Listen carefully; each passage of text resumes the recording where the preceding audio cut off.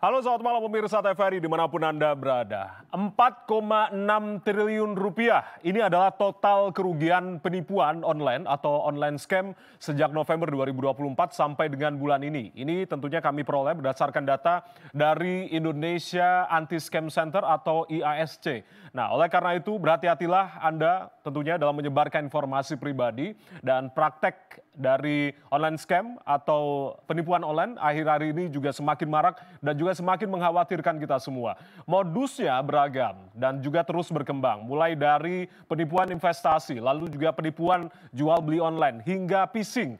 Phishing ini adalah kejahatan cyber untuk mendapatkan informasi sensitif dari korban seperti halnya username, password, data, lalu juga data-data kartu kredit ataupun juga data-data lainnya. Nah, belum lagi praktek love scamming yang juga tentunya menjamur. Anda tentu harus hati-hati apalagi para jombloan dan juga jomblowati yang kemudian merasa kesepian ini juga harus hati-hati. Karena memang iming-iming cinta, iming-iming perhatian yang berlimpah, kemudian jangan-jangan ini juga membuat korban mau untuk kemudian mengikuti perintah dari scammer-scammer ini untuk mentransfer sejumlah uang atau sebagainya. Nah, ini tentunya harus menjadi perhatian kita semua terkait dengan banyaknya korban dari love scamming ini.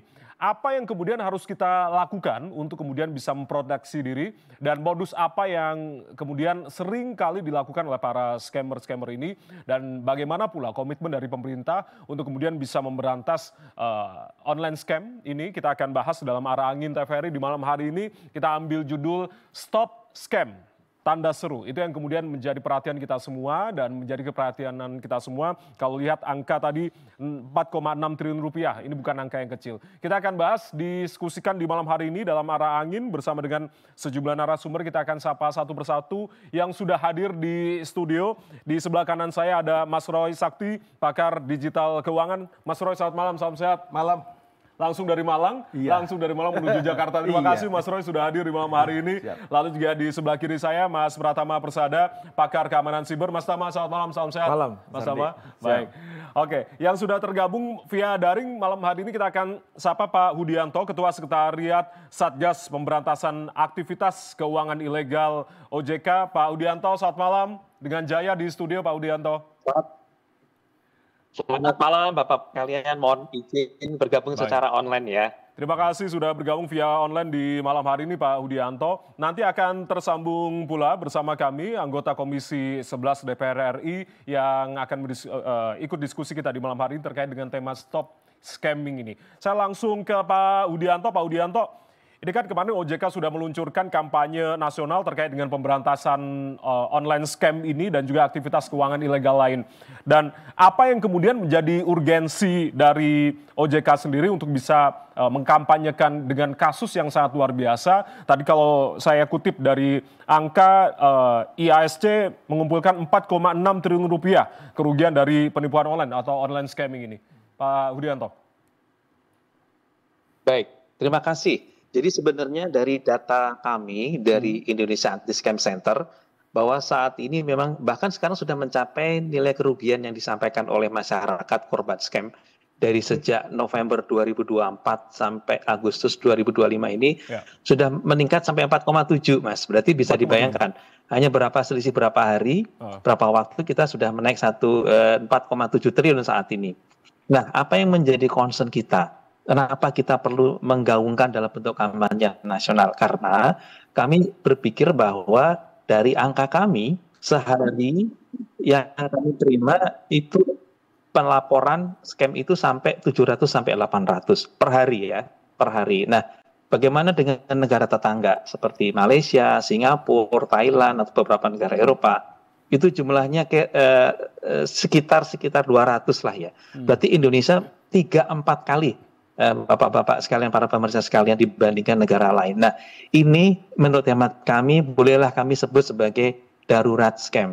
Sehingga kami perlu menggaungkan kepada masyarakat dan mengajak semua barisan lembaga pemerintah terutama yang tergabung dalam Satuan Tugas Pemberantasan Aktivitas Keuangan Ilegal terdiri dari 21 lembaga, kementerian dan lembaga negara lainnya seperti Kepolisian, Komdiji, BSSN, BNPT, Bank Indonesia, PPATK. Jadi kita harus menguatkan barisan, menggaungkan kepada masyarakat yuk hati-hati, ini adalah sekarang Indonesia dalam kondisi tanda kutip ya, darurat scam. Sehingga kami ingin mengajak ini, menggaungkan ini menjadi salah satu gerakan nasional, dan ini tidak hanya berhenti dari menjadi seperti pada waktu launching saja, justru ini menjadi titik awal kami akan menggaungkan terus dan akan mengajak semua lembaga terkait untuk melawan scam.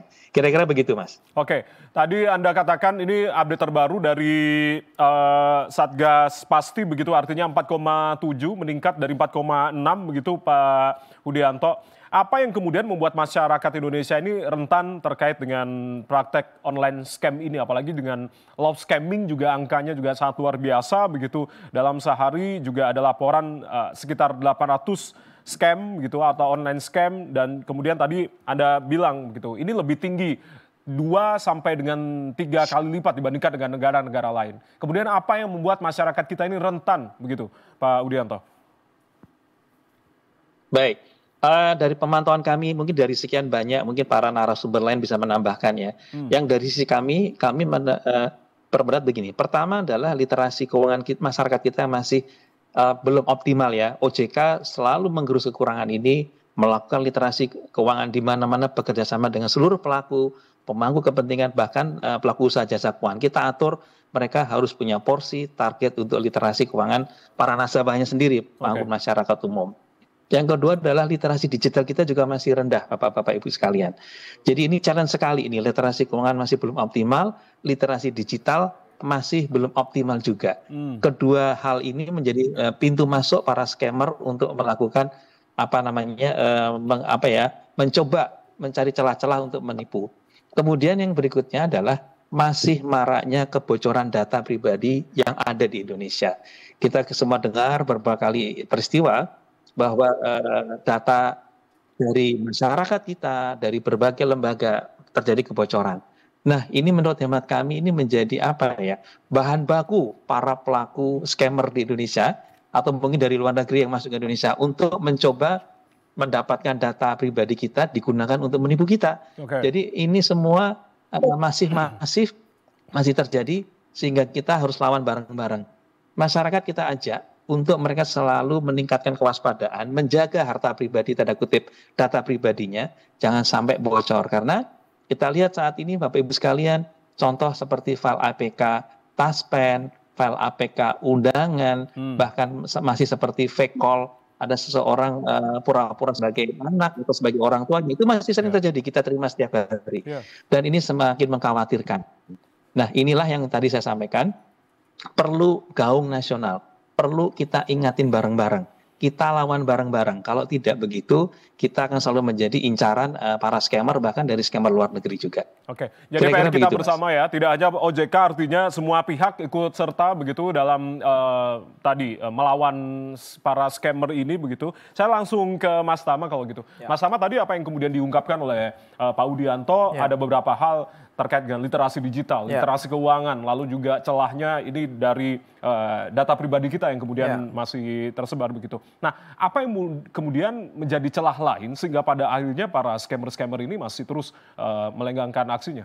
Ya, karena begini, dengan perkembangan teknologi yang semakin luar biasa ini ya, dengan adanya AI, kemudian dengan adanya internet yang bisa diakses siapa saja, plus tadi Pak Hudianto mengatakan bahwa memang benar, data orang Indonesia itu udah nggak ada yang selamat gitu, semuanya bocor gitu, ya kan, termasuk data saya, data Mas Ardi, data Pak Roy, semuanya gitu, dan itu dimanfaatkan oleh para penjahat-penjahat ini begitu. Nah, mereka menggunakan ini ditambah dengan AI gitu, dengan teknologi-teknologi yang biasa digunakan untuk melakukan kejahatan, contohnya misalkan menggunakan phishing dan lain-lain begitu ya. Nah, mereka memanfaatkan psikologis masyarakat yang tadi kalau Pak Hudianto bilang literasi, sebenarnya masyarakat itu juga karena mungkin butuh uang gitu, ada kebutuhan untuk mendapatkan sesuatu begitu, kemudian juga karena ketidaktahuan dan lain-lain, akhirnya memang menjadi korban begitu. Nah,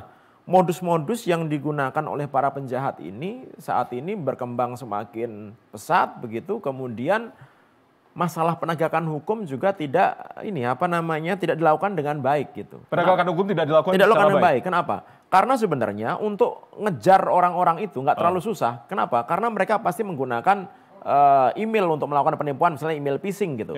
Mereka menggunakan nomor handphone untuk melakukan penipuan menggunakan smishing, SMS phishing dan lain-lain begitu.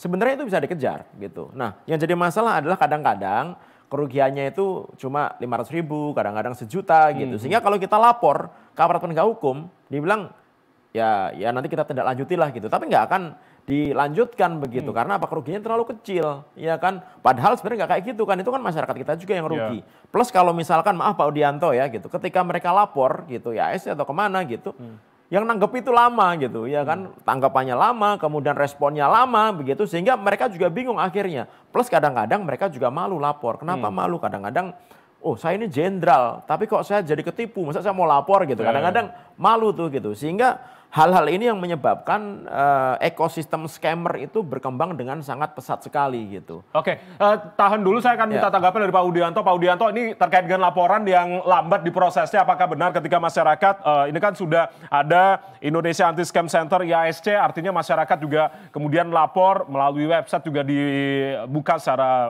besar-besar begitu terkait laporan ini. Apakah benar ini laporannya ditindaknya lambat Pak? Apa yang kemudian tadi diungkapkan Mas Tama? Baik, makasih Pak Tama. Memang saya juga share dulu ya, informasi yang mungkin Bapak Ibu belum atau cukup menarik untuk diketahui.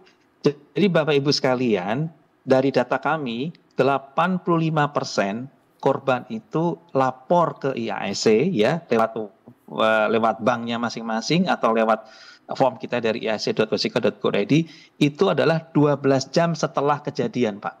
Jadi Bapak Ibu sekalian, sama dengan kita lah ya. Kita mungkin beli secara online, mungkin Mas Tama atau mungkin Mas semuanya pada beli sepatu gitu ya secara online. Nanti kan nunggu nih, katanya akan dikirimkan 6 jam setelah transfer gitu ya. Nah setelah 6 jam lewat, waduh sepatu tidak didapatkan, baru lapor ke IASC atau ke bank masing-masing. Dan Bapak Ibu, saya yakinkan Bapak Ibu sekalian, kita lihat data ya. Hanya kalau yang benar-benar sudah menghitung berapa rata-rata uang hilang, itu adalah IASC Hong Kong. Berapa menit Bapak Ibu sekalian? Hanya 15 menit. Di Indonesia average sekitar 1 jam. Jadi Bapak Ibu bisa bayangkan, kalau sudah dilaporkan ke kami track di bank-bank, itu sebenarnya datanya sudah berpindah-pindah, atau mungkin sudah diambil secara cash, atau ditransfer, atau dibelikan suatu aset. Jadi kecepatan laporan itu cuma mengaruhi kami juga, gitu ya. Nah, jadi solusinya gimana Pak Udianto ketika masyarakat akan melaporkan ini? Idealnya? Ada. Jadi dari sekitar 4,7 triliun yang sudah kita blokir sekitar 350 miliar. Artinya itu juga terjadi di negara lain juga ya.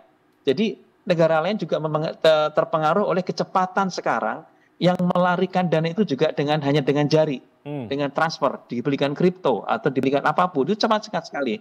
Nah, sekali lagi saya balik dari data, saya sangat sepakat bahwa penegakan hukum sangat penting. Iya, sehingga itulah kami di Satgas Pasti terdapat juga Kepolisian Republik Indonesia, Bapak Ibu dari Polri. Inilah yang terus kita kembangkan Bapak Ibu sekalian, kita kuatkan supaya bahkan nantinya ada petugas Polri yang akan, dan saat itu sudah ada ya, saat ini sudah ada penugasan Bapak Ibu dari Bareskrim di Satgas Pasti. Nanti akan kita kuatkan lagi. Baik. Nah, ke depan yang paling utama sekalian adalah rencana kami untuk selalu mempeningkatkan diri. Jadi terima kasih masukan dari masyarakat bahwa kita memang perlu perbaikan cepat gitu ya, dan kita harus segera melakukan itu. Tapi yang paling utama apa? Sistem Bapak Ibu sekalian. Kita harus nyontoh negara lain dan kita akan lakukan itu sekarang dalam proses ya, yang dinamakan dengan National Fraud Portal. Harus terintegrasi. Jadi pemblokiran nanti tidak hanya melalui sistem, tapi lebih menggunakan seperti AI. Jadi ada kekuatan kita untuk mempercepat pemblokiran itu lebih cepat daripada sebelumnya. Gitu ya, karena apa? Mengerikannya tadi, bahwa average uang hilang itu di bawah 1 jam Bapak Ibu sekalian. Jadi kalau dilaporkan kepada kami, bukannya sia-sia ya, sekali lagi Bapak Ibu sekalian ya, kami tetap menghargai dan mengharapkan Bapak Ibu korban pelapor langsung kepada IASC, karena apa? Kami akan memblokir semua rekening yang terbukti terkait dengan penipuan itu. Sehingga lama-lama kita akan terus akan menggerus rekening-rekening yang dikaitkan dengan kejahatan. lama-lama penjahat akan kehilangan atau kesulitan untuk mendapatkan atau membuka rekening. Dan data dia akan kita masukkan sebagai data blacklist sehingga ke depan kita akan menyulitkan mereka lah untuk membuka rekening, membeli asuransi atau apapun. Kita akan menyulitkan mereka. Jadi kita akan mengeringkan ekosistem kejahatan mereka by day, step by step, lama-lama mereka akan juga kerepotan. Begitu kira-kira. Baik, satu sisi kita apresiasi langkah-langkah yang kemudian dilakukan oleh IASC, tapi yang kemudian tadi masalahnya di sistem juga, Mas Tama, tapi juga ini terkait dengan laporan juga yang lambat, terkait dengan waktu juga. Bagaimana kemudian? Ya, mohon maaf ya, tapi biasanya gitu, kalau government gitu, semoga OJK tidak gitu, tapi menanggapi laporan, sistem tiketing, sampai mana laporannya, apa yang dilakukan, itu sangat penting sekali buat masyarakat kita gitu. Dan itu diharapkan kecepatannya, karena gini, tadi disampaikan Pak Udi bahwa memang uang ini cepet nih jalannya nih, ya kan. Kita transfer ke bank A gitu, ntar berapa lama dia akan transfer ke bank B, kemudian bank C gitu. Nah, oleh karena itu memang mekanisme kecepatan ini penting, karena apa? Masyarakat nggak bisa kalau misalkan masyarakat nih kena scam, duitnya ke transfer lewat bank gitu ya, dia lapor ke bank, nggak akan ditanggepin, bank pasti akan bilang bikin laporan polisi dulu Pak gitu, bikin laporan polisi dulu Bu. Nah di laporan polisi nanti akan diminta buktinya mana, dia suruh ke bank lagi bolak-balik, akhirnya apa? Duitnya udah nggak kemana-mana. Kalau misalkan orang menjadi korban scam, kemudian ada mekanisme yang dibuat memudahkan, misalkan dia lapor, kemudian udah telanjur transfer begitu, kemudian bank harus segera melakukan misalkan blokir begitu ya, sampai nanti diketahui bahwa memang uang itu benar-benar digunakan, rekening itu digunakan untuk penampungan uang hasil kejahatan itu gitu. Nah, yang jadi masalah adalah sebenarnya bukan ada satu bank, tapi kalau lintas bank. Yang tadi Pak udah bilang, ini kalau lintas bank nih gitu, ini kan susah nih, bank A, bank B, bank C gitu, itu kan ngejarnya susah. Belum lagi kalau misalkan ditransfer lagi ke dompet digital ya kan, dikirim ke dompet digital. Belum lagi kalau misalnya transfer ke kripto gitu ya. Nah, ini oleh karena itu ada mekanisme yang memang harus bisa dilakukan, sehingga kalau misalkan sekali pencet gitu rekening awal tujuan transfer itu, dia langsung melakukan tracing dan memblokir sampai batas sebelum orang itu cash out uangnya gitu. Perlu ada update atau pembaruan dari mekanisme itu tadi ya? Ya itu dan kerjasama sih yang penting sih Mas Kar, kerjasama gitu. Kerjasama antar bank, kerjasama antar pemangku kepentingan, kerjasama antar stakeholder yang bisa membantu pengamanan uang ini sebelum dia di cash out dan diambil sama si penjahatnya.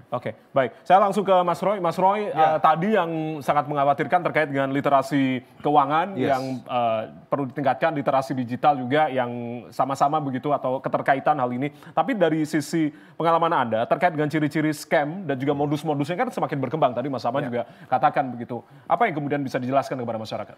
Jadi gini, modus scam itu memang berkembang ya. Saya mau ngomong sudah diwakilkan sama Pak Pratama. Saya nambahin aja.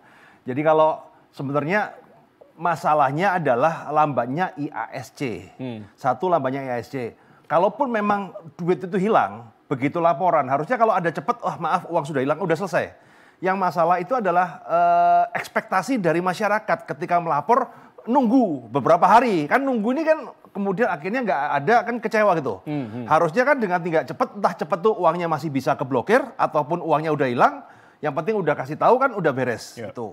Yang kedua adalah kita harus paham bahwa scammer ini adalah badan usaha yang mempunyai dana yang unlimited untuk mengedukasi, untuk berpromosi loh. Badan usaha ya? Badan usaha. Itu dan scammer, 90% scammer yang ada di Indonesia itu import. Kebanyakan Kamboja, Filipina, Dubai, ya. Itu data yang saya dapat dari kemarin kita ngobrol sama pihak Bareskrim ya, cyber. Nah, mereka ini seperti kayak kantor gitu ya. Memang kalau penting Anda nonton film Beekeeper itu ya memang kayak begitu. Nah, sedang edukasi yang dilakukan oleh IASC ataupun OJK, ya tadi kan Satgas Pasti itu kan gabungan dari 21 kementerian apa segala. Cuman sayangnya ada kurang satu elemen penting yang membuat ini nggak sukses, yaitu adalah masyarakat. Artinya keikutsertaan masyarakat gimana? Masyarakat tidak dilibatkan. Sama sekali. Saya ngomong sama sekali, kenapa? Saya pernah DM Bu Frida ya. Saya siap membantu gratis, nggak usah apa-apa saya bantu. Nggak dibales. Ya. Dan saya tanya, kan kita kan komunitas kita kan pemain scammer kan ya kan, kalau yang di influencer ya, kan ya orangnya itu aja kan. Saya tanya, emang lu pernah dikontak sama IASC ataupun Pasti? 100% tidak ada. Artinya keterlibatan dari kelompok-kelompok masyarakat sipil ini yang kemudian harus dilibatkan. Ya, kita gitu, tidak pernah dilibatkan, kita ikut mengedukasi. Nah, kita ini kan relawan. Saya mengedukasi non-profit, ya. Kemudian melawan perusahaan yang budget iklannya berlebih. Kemudian sama pemerintah juga diabaikan. Ya lama-lama capek juga dong. Oke, nah, saya minta tanggapan dari Pak Audianto. Pak Audianto, ini setidaknya harus diajak, dirangkul juga teman-teman dari masyarakat sipil, influencer, yang kemudian juga terus... Ya karena begini ya, untuk melakukan edukasi, kita harus paham bahwa sekarang ini pintu medianya adalah sosial media. Ya. Sosial media itu algoritmanya bukan kita melihat apa yang kita follow, tapi dia melihat para influencer-influencer.